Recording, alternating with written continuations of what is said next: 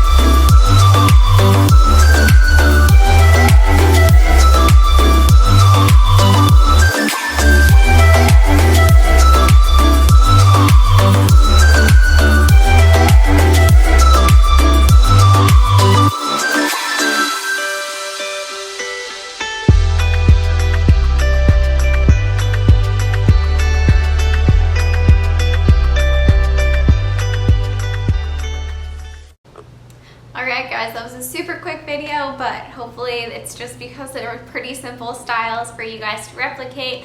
If you want to see exactly how to do them with step-by-step instructions, click over to my blog. I have it all written out there for you. And hopefully this helped you style some scarves this winter. If you liked this video, please give it a thumbs up and subscribe to my channel. I would love to see you back here soon.